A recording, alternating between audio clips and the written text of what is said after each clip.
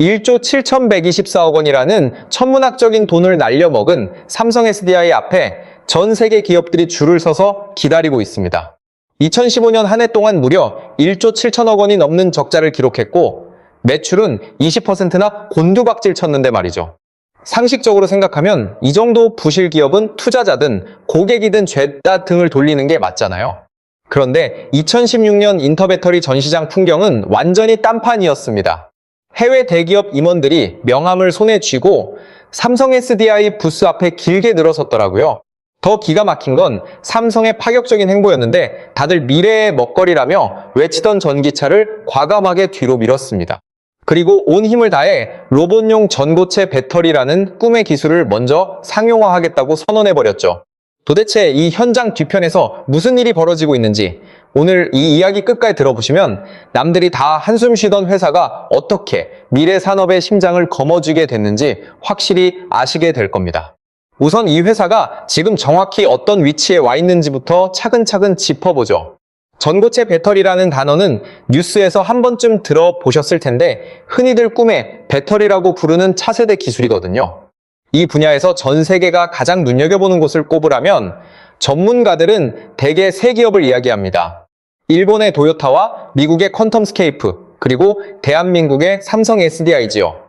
어떤 자료를 들춰봐도 삼성 SDI는 항상 전고체 선두 그룹의 맨 앞자리를 지키고 있습니다. 세계 굴지의 완성차 업체들도 고전하는 판에 네로라 하는 스타트업마저 제친 자리에 우리 회사가 떡하니 버티고 있는 거예요. 그러니까 순수하게 기술력만 놓고 보면 전 세계에서 손에 꼽히고도 남을 수준까지 올라와 있다는 뜻입니다. 겉보기에는 누가 봐도 승승장구하는 글로벌 기업처럼 보이지 않습니까? 하지만 속사정을 들여다보면 이 대단한 회사의 살림살이가 그야말로 엉망진창이었습니다. 지난해 삼성 SDI는 분기마다 끊임없이 적자의 늪을 허우적거렸고 4분기까지도 빨간불은 꺼질 줄 몰랐거든요. 한 해 매출은 거의 20% 가까이 증발해버렸고 세계가 인정하는 최고의 기술을 쥐고도 통장은 말 그대로 텅 비어갔습니다. 남들이 보기엔 부러울 거 없는 대기업이었지만 안으로는 매일같이 적자 성적표를 받아들고 한숨만 내쉬고 있었던 셈이죠. 도대체 어쩌다 이런 사태까지 오게 된 걸까요? 원인은 단 한 가지가 아니었습니다. 가장 치명적이었던 건 전기차 시장이 예고도 없이 꽁꽁 얼어붙어 버렸다는 점이에요. 한동안 거침없이 폭발하던 전기차 수요가 순식간에 급제동을 걸며 멈춰서기 시작했거든요. 당장 차가 안 팔리니 당연히 그 안에 들어갈 배터리 주문도 연쇄적으로 뚝 끊길 수밖에 없는 구조였습니다. 여기에 미국발 관세 압박까지 겹치고 에너지 저장 장치 수출 환경까지 악화되면서 온갖 악재가 한꺼번에 터져 나왔습니다. 잘 나가던 시장이 갑자기 낭떠러지로 떨어지는 이런 현상을 업계에서는 이른바 캐즘이라고 부르는데요. 배터리 제조사들 입장에서는 문자 그대로 발밑에 땅이 통째로 꺼지는 듯한 아찔한 시간이었습니다. 바로 이 혼란의 국면에서 반드시 기억해야 할 인물이 하나 있는데 바로 삼성 SDI를 이끄는 최주선 사장입니다. 회사가 가장 거센 폭풍우 속에서 흔들리던 그 찰나에 이 사람은 남들은 상상조차 못한 승부수를 만지고 있었거든요. 다들 어떻게든 전기차 사업에 더 매달리려고 아등바등할 때 그는 완전히 다른 출구를 향해 조용히 시선을 돌렸습니다. 세상 전부가 미래라고 입을 모으던 바로 그 시장에서 오히려 한 발짝 물러서기로 결심한 것이죠. 그 대담한 선택의 실체가 과연 무엇이었는지는 조금 뒤에 낱낱이 파헤쳐 드리겠습니다. 그에 앞서 우리가 먼저 확실히 짚고 넘어가야 할 핵심 포인트가 하나 있어요. 도대체 전고체 배터리가 뭐길래 사람들이 이렇게 열광하며 꿈의 기술이라고 부르는 걸까요? 지금 우리가 일상에서 손에 쥐고 쓰는 스마트폰이나 전기차 배터리 속에는 액상 전해질이 출렁이고 있습니다. 그 흥건한 액체를 전부 드러내고 단단한 고체로 통째로 바꿔버린 게 바로 전고체 배터리예요.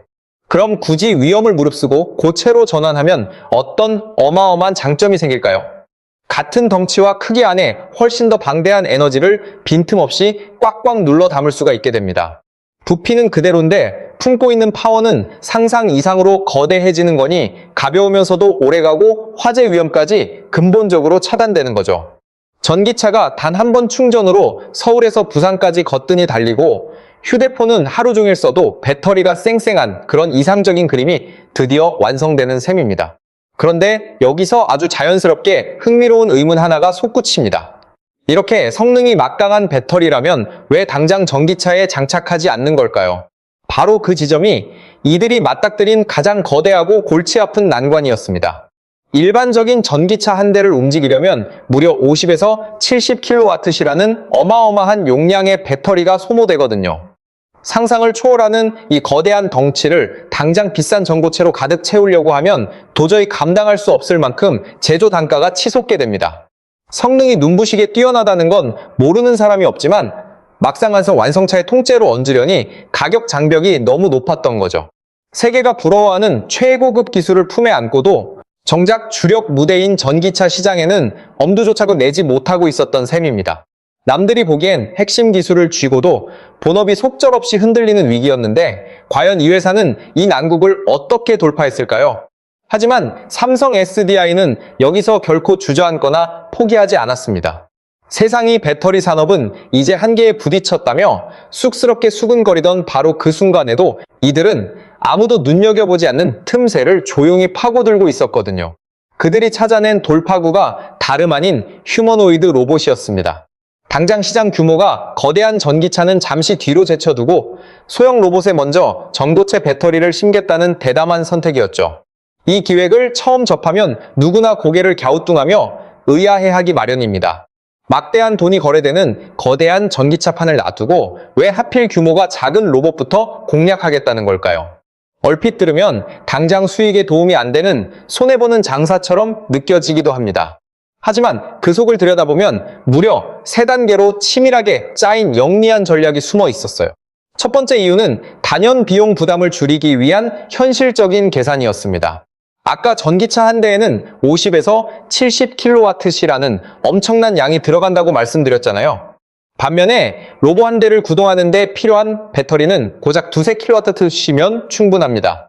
부피와 용량으로 따지면 전기차에 비해서 수십 분의 1 수준에 불과한 셈이죠.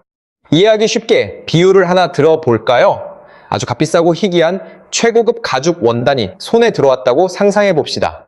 이 귀한 재료로 당장 거실을 채울 대형 소파 세트를 만들려고 덤비면 비용이 너무 터무니없어서 엄두조차 나지 않겠죠.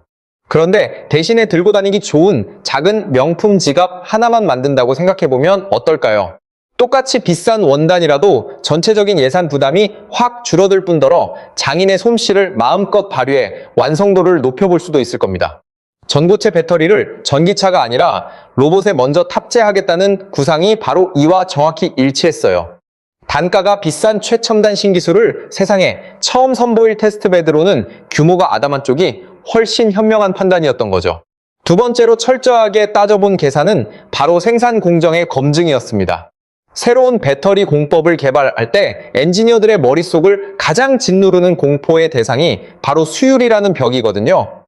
수율이란 한마디로 100개를 만들었을 때 그중 하자가 없는 정상 제품이 몇 개나 나오는지 따져보는 비율을 뜻합니다. 전고체 기술은 아직 여전히 워낙 까다로워서 잘못 만들면 불량이 무더기로 쏟아지기 일쑤예요. 이렇게 아직 완전히 무르익지 않은 기술을 처음부터 수만 대씩 찍어내는 전기차 라인에 무모하게 투입했다간 어떤 사단이 벌어질까요? 끔찍한 불량 지옥에 빠져 멀쩡하던 대기업 전체가 뿌리째 흔들리는 위기를 맞이할 수도 있습니다.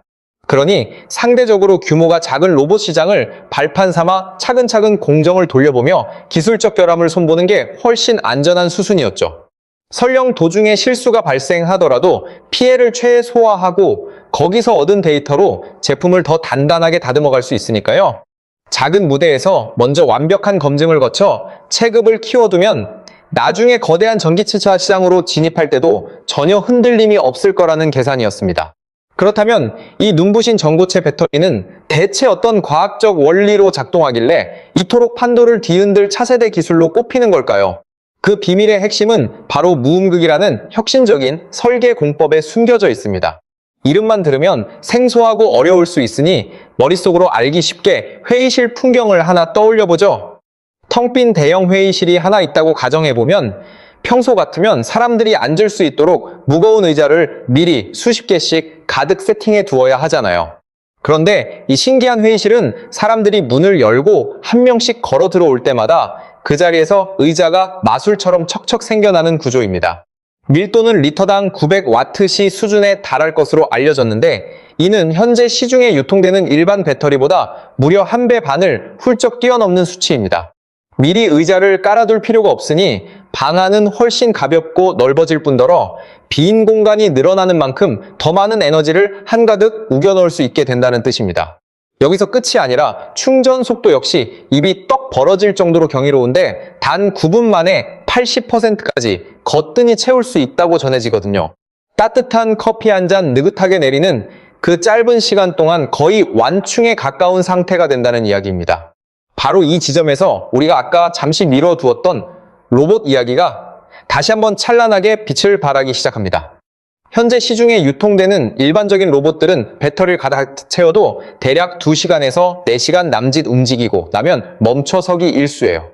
일하다 말고 자꾸 충전기를 찾아가야 하니 사실상 반쪽짜리 일꾼 노릇밖에 못하는 셈이죠. 하지만 여기에 이 전고체 배터리를 얹으면 무려 8시간 동안 지치지 않고 튼튼하게 버텨낼 수 있다고 합니다.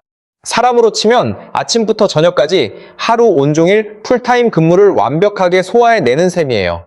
이쯤 되면 단순한 전자기기를 넘어 진짜 든든한 일손 하나가 공장이나 창고에 통째로 늘어나는 효과를 거두게 됩니다. 사람이 곤히 잠드는 밤 시간에도 쉼없이 일해줄 믿음직스러운 동료가 생겨나는 거지요. 게다가 아주 신기한 우연의 일치도 하나 있었는데 테슬라가 야심차게 개발하는 휴머노이드 로봇 옵티머스에는 2.3kWh 용량의 배터리가 탑재되거든요. 이 규격이 삼성이 처음부터 겨냥했던 목표치와 거의 소름 돋을 정도로 정확하게 맞아떨어졌던 겁니다. 마치 오랜 세월 동안 꼭 맞추려고 준비해둔 자물쇠와 열쇠처럼 기가 막히게 들어맞은 셈이죠. 이러한 대담한 자신감은 결코 뜬구름 잡는 허풍에서 튀어나온 게 아니었는데 삼성 SDI는 솔리드 스택이라는 브랜드를 통해 전고체 사업의 깃발을 공식적으로 들어 올렸습니다. 현장에서 연구개발을 진두지휘하는 주용락 연구소장 역시 독보적인 각형 배터리 기술력에 대해 강한 확신과 자부심을 내비쳤다고 알려져 있어요. 회사가 그동안 피땀 흘려 쌓아 올린 관련 특허만 해도 1000건을 훌쩍 넘고 그중 알짜배기 핵심 특허만 500건 안팎에 이른다고 합니다. 하루아침에 대충 뚝딱 만들어낸 야매 기술이 아니라 오랜 세월 동안 묵묵히 갈고 닦아 완성한 깊은 내공이라는 뜻이죠.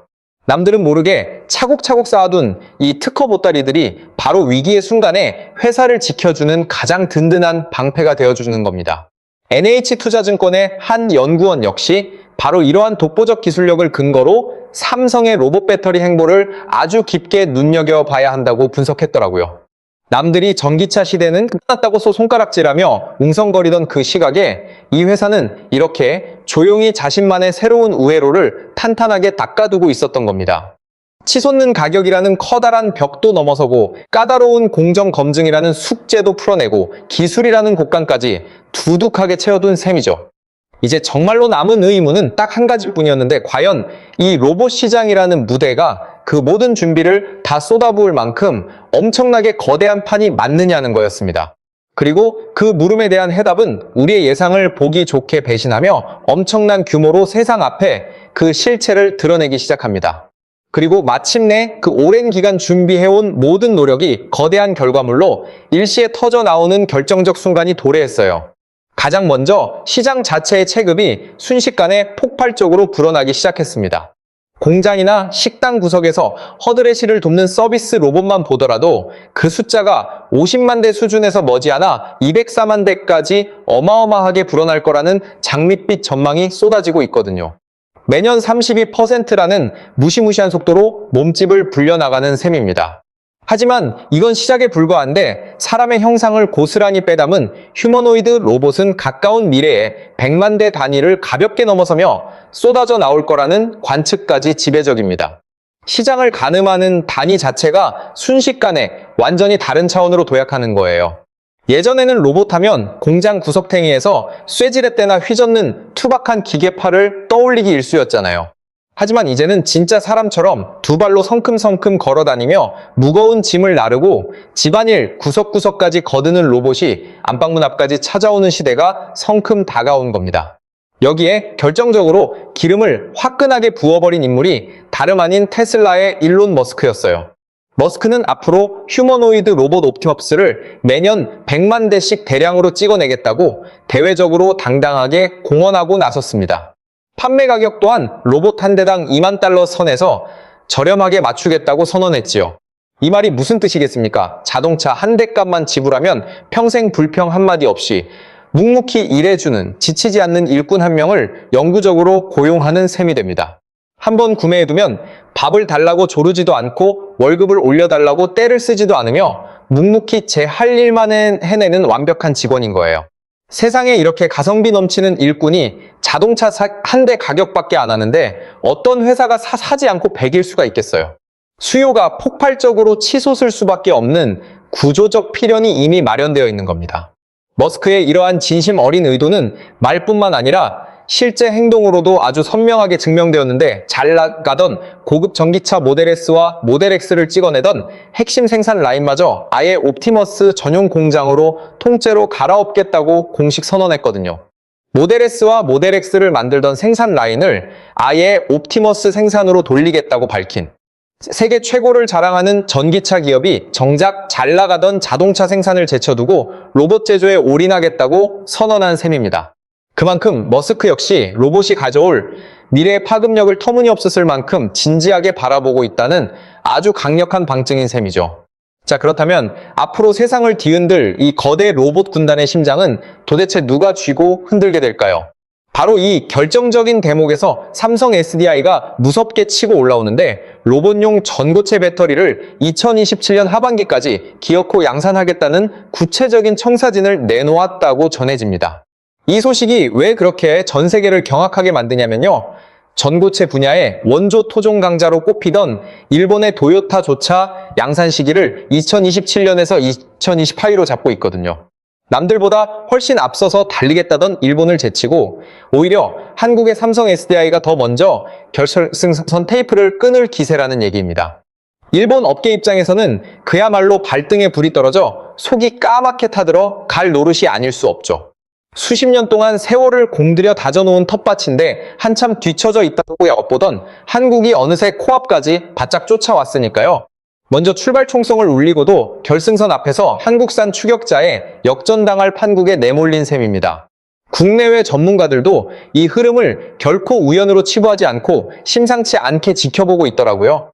현대차증권의 강동진 연구원은 옵티머스와 같은 휴머노이드 로봇이 진정한 의미의 대량 생산 체제에 돌입하는 순간 그 안에서 터져나오는 배터리 수요는 기존 전기차 시장의 규모를 가볍게 압도해버릴 수도 있다고 분석했습니다.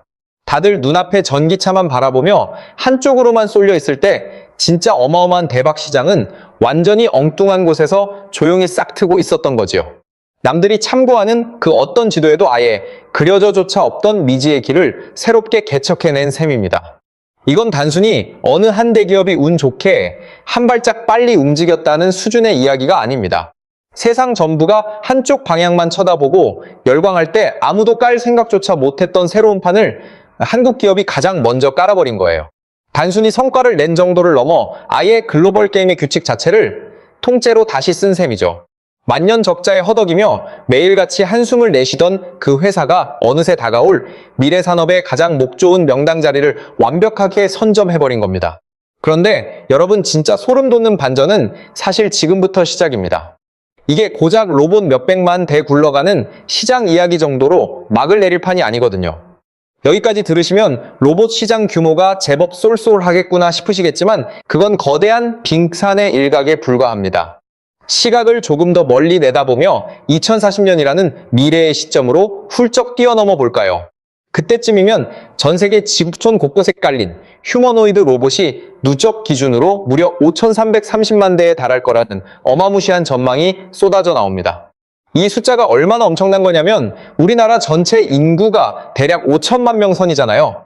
그러니까 대한민국 인구수보다도 훨씬 더 많은 로봇 군단이 지구 위를 북적이며 돌아다니게 된다는 뜻입니다. 이 수많은 로봇들이 전부 전고체 배터리를 심장 삼아 움직인다고 상상해보세요. 필요한 배터리 물량만 해도 지금과 비교하면 무려 4,600배 이상 폭증할 거라는 분석이 지배적입니다. 시장 경제 규모로 환산하면 무려 1조 원을 가볍게 웃도는 완전히 새로운 차원의 거대 시장이 쩍 벌어지는 셈이죠. 아무것도 없던 맨바닥에서 거대한 블루오션이 통째로 솟구쳐 오르는 격인데 대한민국 반도체나 자동차 산업에 버금가는 새로운 국가적 먹거리 기둥이 하나 더 우뚝 세워진다고 봐도 과언이 아닙니다. 하지만 이게 비단 삼성이라는 개별 기업 하나의 성공 신화로만 보이십니까? 진짜 무서운 진짜 배기는 따로 있는데 이건 한 기업의 약진을 훌쩍 뛰어넘어 국가와 산업 생태계 전체가 유기적으로 맞물려 돌아가는 거대한 그림이거든요. 삼성은 이미 독일의 명품 완성차 브랜드인 BMW와 16년이 넘는 세월 동안 두터운 신뢰를 쌓아왔습니다. 그 오랜 인연과 탄탄한 믿음을 발판 삼아 차세대 전고체 배터리의 성능을 함께 공동 검증하는 끈끈한 파트너십까지 거머쥐고 있다고 전해져요. 물론 휴머노이드 로봇이 대중화되는 건 약간 미래의 일이지만 당장 눈앞의 살림을 든든하게 채워줄 캐시카우도 이미 활짝 열려 있습니다. 인공지능 시대가 폭발적으로 개막하면서 전 세계 데이터 센터가 기하급수적으로 늘어나고 있잖아요. 이 거대한 전산 시설들이 단 1초도 멈추지 않도록 뒤를 든든하게 받쳐주는 에너지 저장 장치 시장이 바로 전고체 배터리에게는 당장의 든든한 돈줄 역할을 톡톡히 해주는 겁니다. 혼자서 위태롭게 달리는 게 아니라 여러 갈래의 튼튼한 동아줄을 동시에 거머쥐고 돈이 들어오는 구조를 완성한 셈이죠. 로봇들이 본격적으로 날개 돋친 듯 팔려나가기를 여유 있게 기다리는 동안에도 데이터 센터 쪽에서 꾸준히 막대한 수익을 벌어들여 회사의 체급을 단단하게 지탱해 주는 거예요. 여기에 활용 정점을 찍어줄 결정적인 한 조각이 더해지는데 바로 핵심 소재의 완벽한 국산화입니다.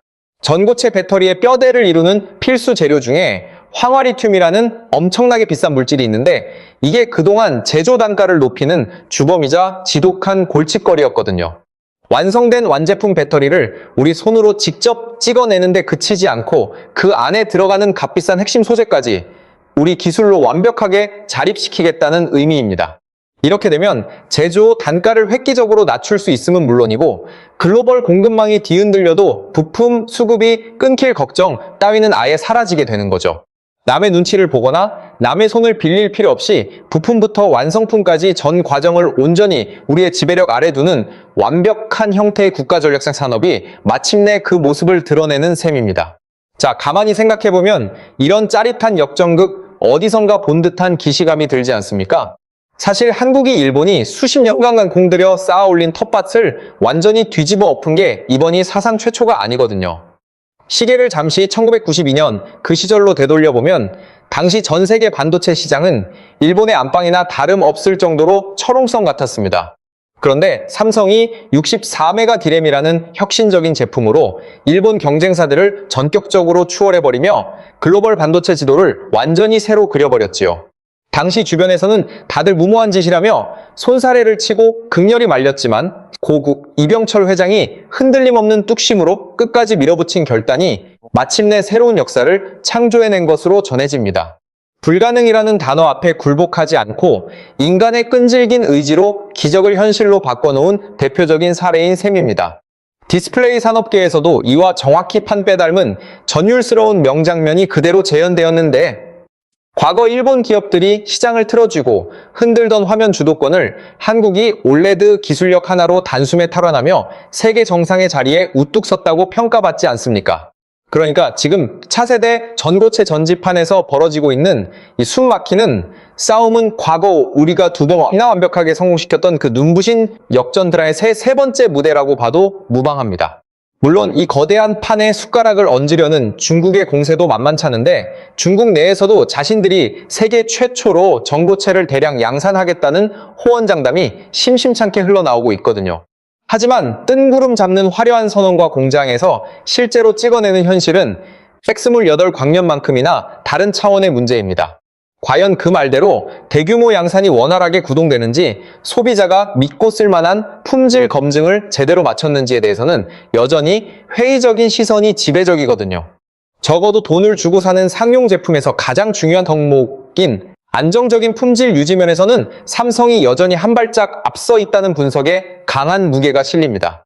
진정한 의미의 승부는 누가 먼저 입으로 선언하느냐가 아니라 누가 더 결함 없는 고품질 물건을 차질 없이 대량으로 찍어내느냐에서 판가름 나는 법이니까요. 결국 오늘 우리가 나눈 이 이야기들은 단순히 만년적자에 허덕이던 어느 한 대기업의 깜짝 반전 쇼 정도로 치부할 성격의 것이 아닙니다. 대한민국이라는 국가 전체의 미래 먹거리가 통째로 걸려있는 중차대한 국가산업의 명운에 관한 생생한 기록이었던 셈이죠.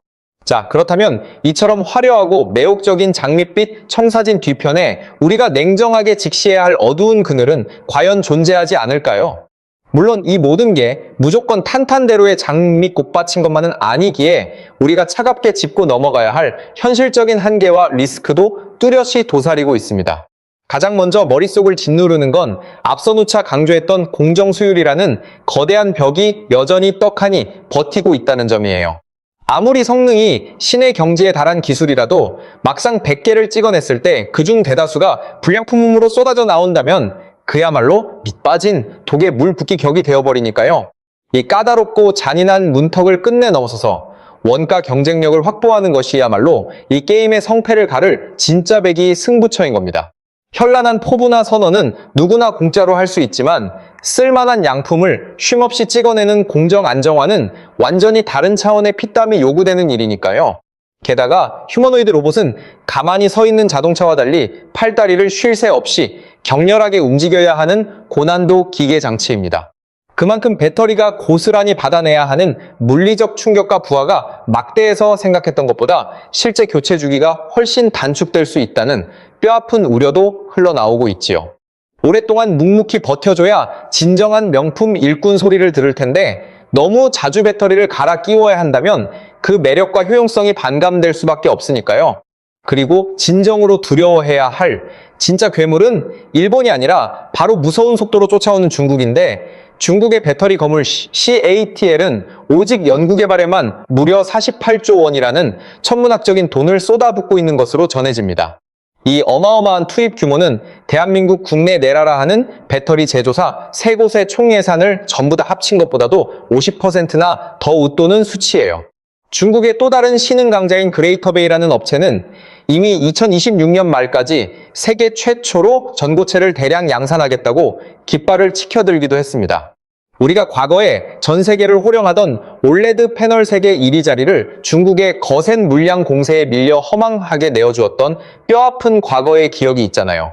달콤한 영광이란 결코 영원한 게 아니며 방심하는 그 찰나의 순간에 뒤통수를 거하게 얻어맞고 따라잡힐 수 있다는 진리를 우리는 이미 온몸으로 겪어내며 배웠습니다.